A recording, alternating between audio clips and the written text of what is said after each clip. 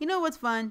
Being left behind on your team and everybody's pushing up and you're behind. You got 300 meters to run and you don't feel like doing it. So you know what you do? Put some mines in front of the enemy's vehicles and then get on top of a cliff or a mountain and watch them go kaboom. Just like this support guy. He thinks he's kind of smart. He's trying to find me and he runs right over my mines. That's winning.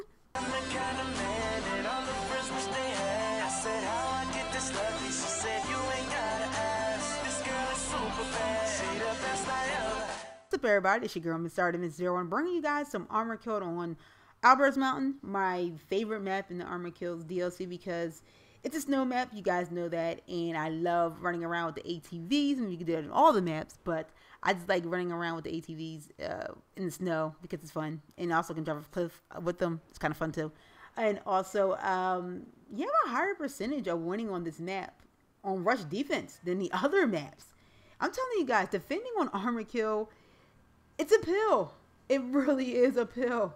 The AC-130 is such a distraction in the sky. You're really splitting your focus from land to air like big time. There are times I take out the AC-130 and the tank is just sitting right in front of me and just basically manhandles me out there and kills me. But I have yet to win on defense on Armor Shield or Bandar Desert. Those maps I have not won yet because they're just so wide open. It's like, oh my god. There's just like really no cover out there. I have one on Death Valley that once, but on Alborz Mountain I have won 5 times. Would have been 6, you know, if the tickets was at least 100%, but it was 200%, and you're pushing it at that point. But winning 5 times on Alborz Mountain in my book it's an accomplishment.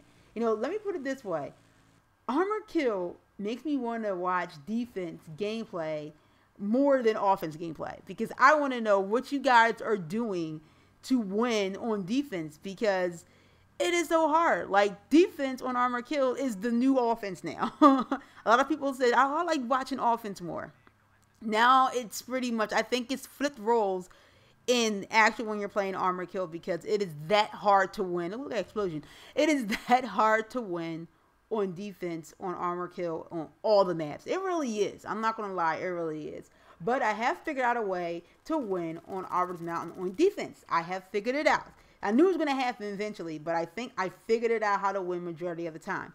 Now, the only way you're going to win on this is teamwork. You're going to have to change your actual VoIP to team chat so you are communicating with your entire team. Now, if you don't, it's going to be extremely hard when you're yelling at a support guy with the select button to give you some ammo or attack his objectives or do whatever it is. But it's kind of hard. It's kind of hard when you're not communicating with your entire team to actually pull this type of to this really good defense off. I will say this: mines are your friends. This is the time you start using mines, guys. If you haven't used it now, start pulling out the mines. They are your friends when you're actually at this last bomb site. This is where you're going to actually hold the team at. This is where you're going to hold the enemy lines right here. This is where your last stand is because B bombs actually in the tower of the golf ball. That's what I call it. And actually A bombs at the ground level. So it's much easier to actually defend when you're at this bomb site because you only have 2 paths to actually come up. You have the main path and then you have the backward slippery path, which is kind of hard for the LAV to or the tanks to just ram itself up there because it's going to have some time. They're going to actually have to maneuver a little bit better to actually get up there. And another thing is, which is the important thing, is the AC-130. I've been in an AC-130 at this last bomb site, and it just does nothing in the sky for you. It just doesn't do that much in the sky. You may get a kill, maybe here and there, but it really is pretty much does nothing at the last bomb site because of the way it turns in a circle of the actual AC-130. That's why I say your engineers pretty much can take out the AC-130 because it is not that crazy at the last bomb site. And also, teams have a little bit of a hard time parachuting out of the AC-130. I mean, I have parachute on offense out of the AC-130 at this last particular bomb site. And I'm actually starting at the second to the last bomb site again because I'm parachuting all over the place. I have parachuted out of bounds before, so it is kind of hard to really the AC-130 to be really effective at this last bomb site, which is why I think it was a good idea to actually for this bomb site to be actually used at this particular spot, because you can actually hold your ground at this last bomb site if done properly. That's why I say engineers on the team, the majority of the team should really be engineers. 2 or 3 should really be support guys, and then you maybe have 1 medic to pick up your guys if they do jump off, if they are killed by the AC-130 or the tanks or other, or people on the other, the enemy side.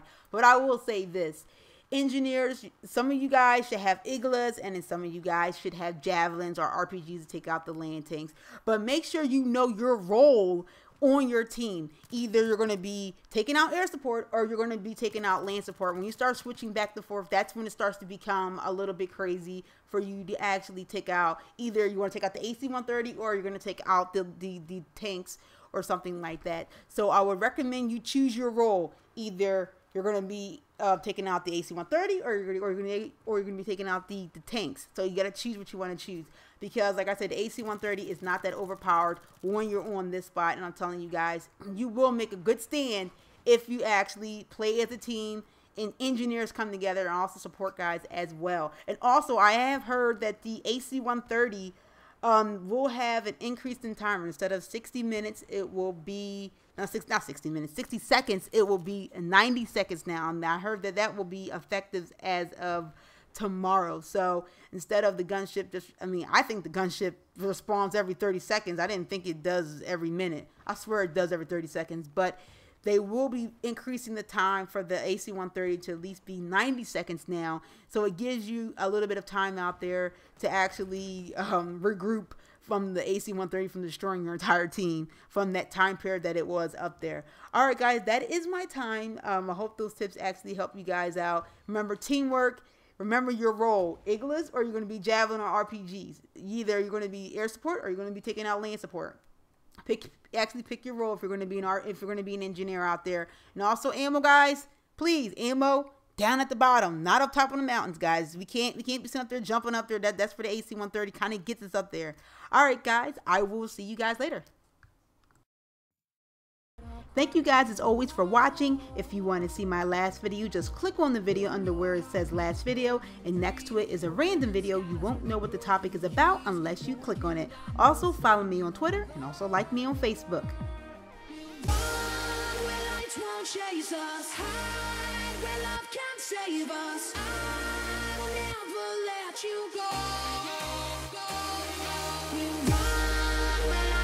Chase us.